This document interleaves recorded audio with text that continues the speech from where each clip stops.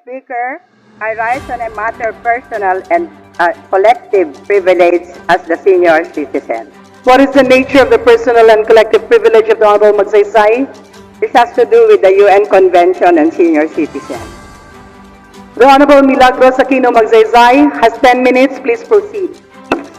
This week, by virtue of Presidential Proclamation number 470, we celebrate the National Elderly Week, the time when we recognize and reaffirm the crucial role of our beloved Filipino senior citizens in building the past, present, and the future of our proud country. As your representative for the elderly and in the light of this momentous occasion, let me take this time as well to kindly encourage my fellow lawmakers to continue our sworn mandate of upholding their welfare rights and dignity in every sphere of public service. After all, it is in these same respectable halls that we united under one cause crafted some of the world's most inclusive and empowering policies to benefit our senior citizens, such as the Lawmark Expanded Senior Citizens Act, the Universal Health Care Act, the National Senior Citizens Commission Act, the Expanded Centenarians Act, and hopefully soon the Universal Social Pension Act.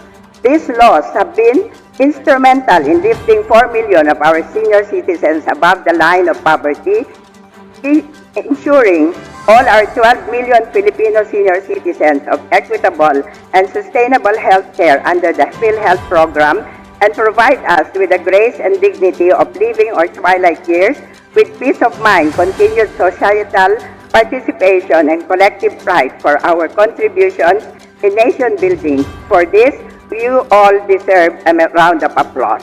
Yet it is also in moments such as this that we are reminded that there is still so much to be done to ensure that the generations that came before us and the future generations that will become our nation's elderly, our grandparents, parents, and even ourselves have our basic human rights recognized, upheld, and protected by our Constitution and by international chapter.